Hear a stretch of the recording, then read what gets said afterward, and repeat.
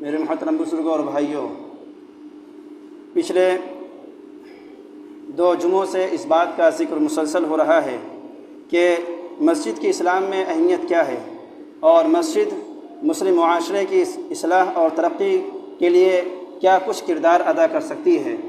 مسجد کا اسلامی تاریخ میں رول کیا رہا ہے، اس کا کیا کردار رہا ہے، اور اس نے مسلمانوں کو ایک جٹ کرنے کے لیے اور مسلم سوسائٹی کو، مسلم معاشرے کو روحانیت اور دنیاوی اعتبار سے ترقی تک پہنچانے کے لیے اسلامی تاریخ میں مسجدوں کا کیا کردار رہا ہے۔ امید ہے کہ یہ باتیں آپ حضرات کو سمجھ میں آ رہی ہوں گی۔ اب سوال یہ پیدا ہوتا ہے کہ مسجد مسلم معاشرے کی اصلاح اور ترقی میں کیسے اور کیوں رول ادا کر سکتی ہے۔ مسجدیں مسلم معاشرے کی اصلاح، درستگی اور اس کی ترقی میں کیا کچھ رول ادا کر سکتی ہے۔ وہ کون سے اسباب ہیں، وہ کون سے ذرائع ہیں، وہ کون سے امور ہیں کہ جن کو پیش نظر رکھ کر ہم مسجد کو مسلم معاشرے کی اصلاح و ترقی کا ذریعہ بنا سکتے ہیں۔ سب سے پہلی چیز یہ ہے کہ ہم مسجد کے بارے میں اپنے نظریے کو اور اپنی سوچ کو وسیع کریں، کشادہ کریں۔ مسجد کی آباد کاری کے 4 ارکان ہوتے ہیں جن کے اوپر مسجد کی آبادی کا دار و مدار ہوتا ہے۔ وہ 4 طرح کے لوگ ہوتے ہیں۔ پہلی چیز ہے مسجد انتظامیہ، اور دوسرا رکن ہے، دوسرا ہے امام، اور تیسرا ہے مؤذن، اور چوتھا ہے مقتدی۔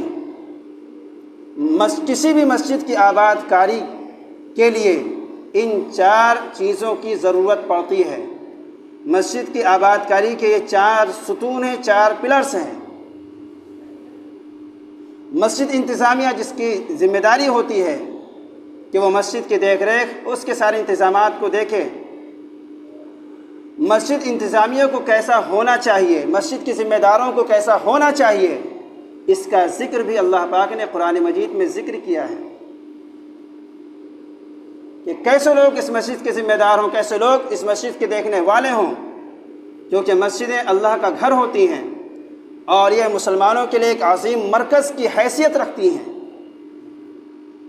تو سورہ توبہ آیت نمبر 18 میں اللہ پاک نے 4 صفات گنائی ہیں کہ 4 صفات مسجد انتظامیہ کے اندر پائی جانی چاہیے۔ مسجد چھوٹی ہو یا مسجد بڑی ہو، شہر کی ہو، دیہات کی ہو، کہیں کی بھی ہو۔ سورہ توبہ آیت نمبر 18 میں اللہ پاک کا ارشاد ہے، انما یعمر مساجد اللہ من آمن باللہ والیوم الآخر واقام الصلاۃ وآت الزکاۃ ولم یخش الا اللہ۔ یہ 4 صفات ہیں کہ مسجد کو آباد وہی لوگ کرتے ہیں کہ جو اللہ اور قیامت کے دن پر ایمان رکھتے ہیں، یقین رکھتے ہیں۔ اور دوسری صفت بیان کی گئی ہے نماز کا اہتمام، اور تیسری صفت بیان کی گئی ہے ادائیگی زکوٰۃ کا اہتمام، اور چوتھی صفت بیان کی گئی ہے صرف اور صرف اللہ تعالیٰ کا خوف اور ڈر، اس کے علاوہ کسی سے نہیں ڈرنا ہے۔ یہ 4 صفات بیان کی گئی ہیں۔ یہ 4 صفات جس کے اندر پائی جائیں گی وہی مسجد کا متولی اور ذمہ دار بن سکتا ہے، ہو سکتا ہے۔ اس کے بعد نمبر آتا ہے امام کا۔ اسلام کے اندر امام اور امامت کی بڑی اہمیت ہے۔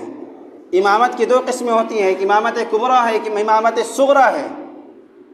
امامت کبریٰ وہ ہے کہ رسول اللہ صلی اللہ علیہ وآلہ وسلم کی وفات کے بعد آپ کی نیابت کے طور پر جو لوگ آگے بڑھے، آپ کی جانشینی کے طور پر مسلمانوں کی سیاسی اور دینی رہنمائی کے لیے جو قائد اور رہنما تسلیم کیے گئے، ان کو خلیفہ کہا جاتا ہے، اور اس مقام کو خلافت کہا جاتا ہے، اس منصب کو امامت و خلافت کہا جاتا ہے۔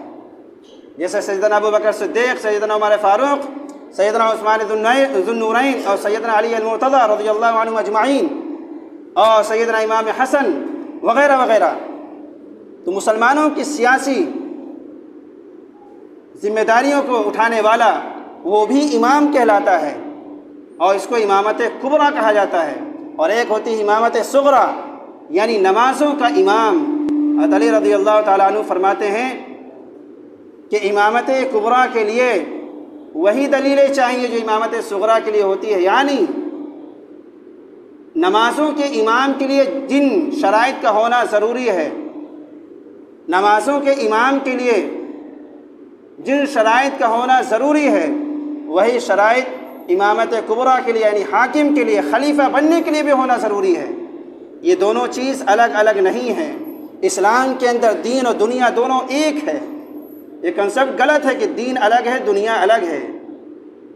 یہ تو بعد میں یہ تفریق یا تقسیم پیدا کی گئی کہ امام ایک ہوگا وہ جو مسجد میں نماز پڑھائے، عیدین کی نماز پڑھائے، جمعے کی نماز پڑھائے، اور دوسرا امام یعنی قائد رہنما وہ ہوگا جو مسلمانوں کی سیاسی ذمہ داریوں کو نبھائے، ان کا سیاسی لیڈر، سیاسی ذمہ دار بنے۔ یہ الگ الگ تقسیم بعد میں کی گئی، ورنہ ہے یہ ایک ہی تقسیم۔ جیسے کہ پچھلے جمعوں کا عرض کیا گیا کہ جو امام وقت ہوتا ہے، خلیفہ وقت ہوتا تھا، حاکم وقت ہوتا تھا، وہی مسجد کا امام بھی ہوتا تھا۔ خلفائے راشدین جہاں مسلمانوں کی رہنمائی، سیاسی رہنمائی کرتے تھے اور خلافت و حکومت کی ذمہ داریاں نبھاتے تھے، وہی وہ نمازوں کی امامت بھی کرتے تھے۔ تو یہ دونوں چیزیں الگ الگ نہیں ہیں۔ یہ تو بعد میں یہ سوچ پیدا ہوئی اور دونوں چیزوں کو الگ کر دیا۔ امام صاحب مسجد کے الگ اور باہر کی ذمہ داریاں مسلمانوں کی وہ الگ۔ تو دوسری چیز ہے امام، تیسری چیز ہے مؤذن، جس کے ذمہ داری کے اوقات کا لحاظ رکھتے ہوئے وہ اذان دے، اور جو ہے اس کے علاوہ دوسری اس کی ذمہ داریاں بنتی ہے۔ چوتھی چیز ہے مقتدی۔ یہ چار چیزیں ہیں جو مسجد کی، کسی بھی مسجد کی آبادی کے لیے ستون کا درجہ رکھتی ہیں، اور مقتدی کی ذمہ داری یہ ہے کہ وہ مسجد آئے اور ان تینوں لوگوں کا ہر اعتبار سے تعاون کرے، چاہے وہ مسجد انتظامیہ ہو، چاہے وہ امام ہو یا مؤذن ہو، ان تینوں کا ہر اعتبار سے تعاون کریں، ہمدردی کا جذبہ اپنے اندر رکھیں۔ تو جب یہ چاروں اپنی اپنی ذمہ داریوں کو صحیح طریقے سے ادا کریں گے، تب مسجد کی آباد کاری کا کام آگے بڑھتا ہے۔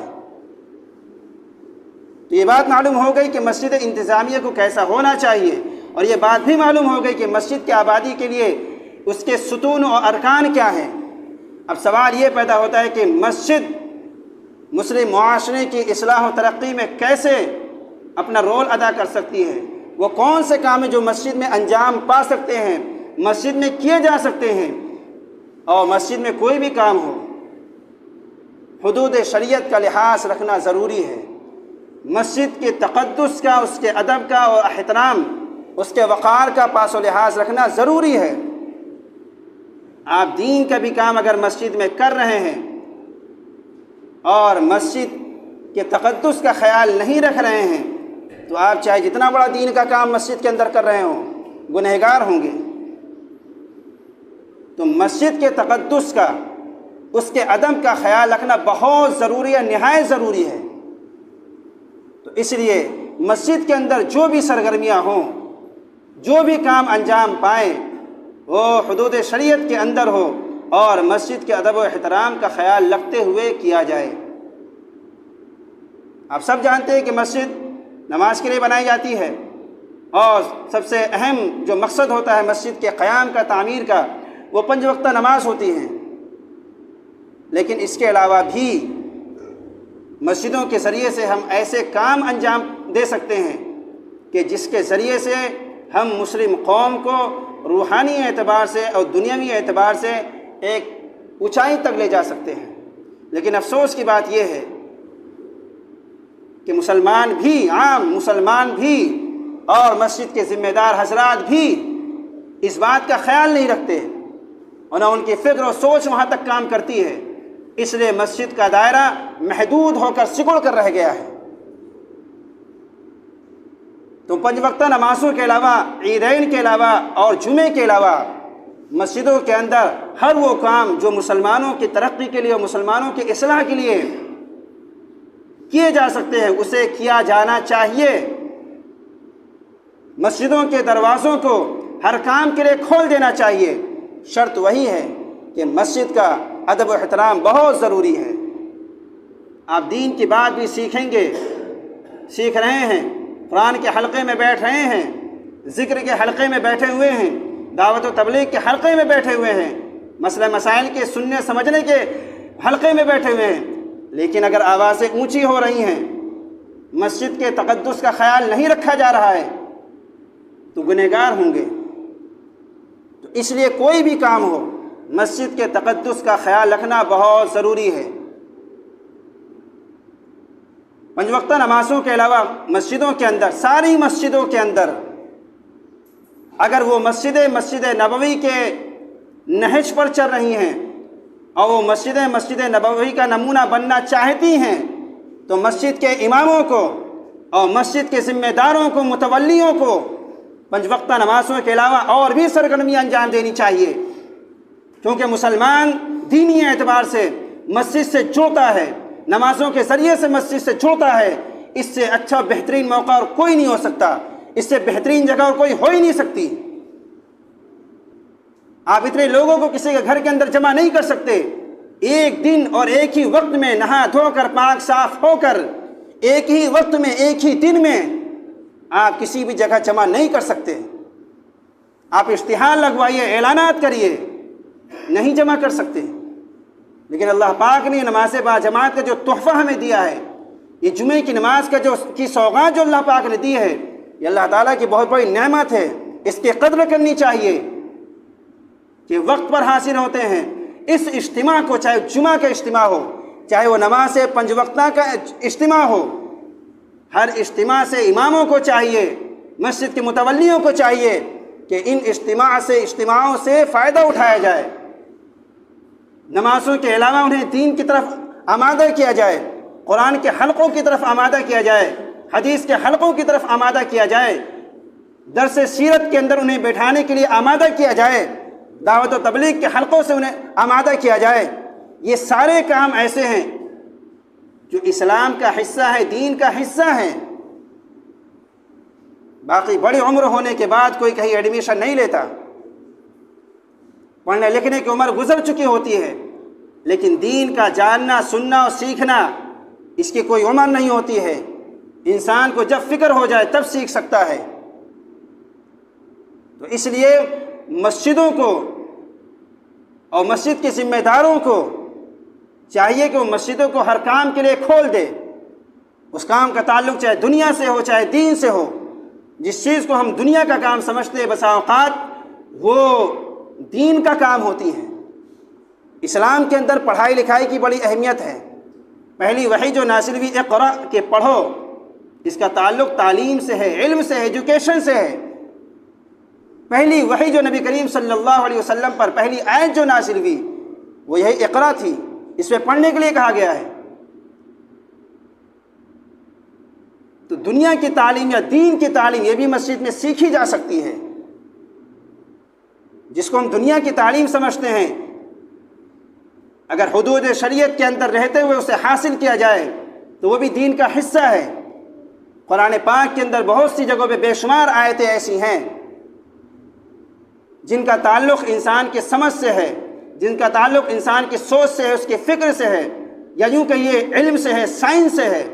اور قرآن پاک جگہ جگہ انسانوں کو غور و فکر کرنے کی دعوت دیتا ہے کہ تم زمینوں میں غور کرو، آسمانوں میں غور کرو، ان پہاڑوں پر غور کرو، ان جانوروں میں غور کرو اور اللہ کی قدرت، اس کی معرفت تک پہنچو۔ اس کو نئی زبان میں سائنس کہہ دیتے ہیں، اس کو نئی زبان میں سائنس کہتے ہیں۔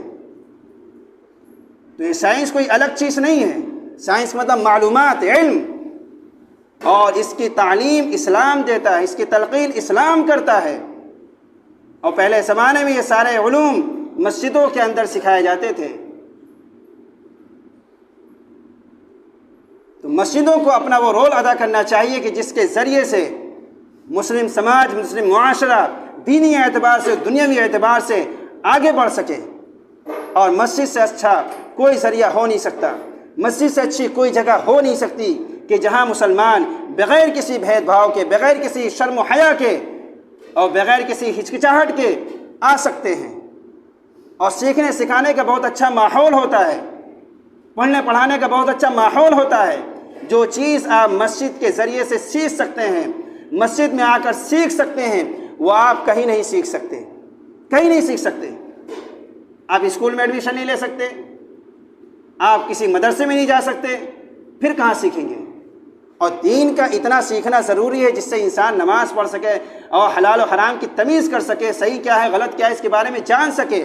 اتنا تو علم حاصل کرنا ہر مسلمان مرد اور پر فرض ہے۔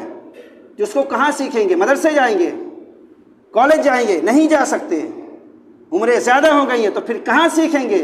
یہ مسجد ہے، یہ مسجد ہے، مسجد کے ذریعے سے ہی سیکھ سکتے ہیں۔ تو اس لیے جو حلقے مسجدوں میں لگتے ہیں، خاص طور سے اس مسجد میں جو حلقے لگتے ہیں، دعوت و تبلیغ کے حلقے لگتے ہیں، قرآن کریم کے حلقے لگتے ہیں، نماز کی درستگی کے حلقے لگتے ہیں، نماز صحیح کرانے کے حلقے لگتے ہیں، یہ جتنے حلقے لگتے ہیں ان حلقوں میں بیٹھنا چاہیے، توجہ دینی چاہیے، اور جتنے خلوص کے ساتھ، جتنے شوق اور رغبت کے ساتھ بیٹھیں گے اللہ تعالیٰ کی طرف سے خاص مدد رہے گی۔ ایک تو آپ اللہ کے گھر میں بیٹھ کر سیکھ رہے ہیں اور اللہ کے دین کو سیکھ رہے ہیں، آپ کو کسی نے زبردستی نہیں بلایا اور کسی نے آپ پر زبردستی نہیں کی، آپ اپنے شوق سے سیکھ رہے ہیں، اور جس کے اندر طلب ہوتی ہے، سچی طلب ہوتی ہے، اللہ تعالیٰ اسے نوازتے ضرور ہیں۔ اللہ تعالیٰ سے دعا ہے کہ اللہ تعالیٰ ہم سب کو صحیح سمجھ کے اور عمل کی توفیق نصیب فرمائے، سنت ادا کریں۔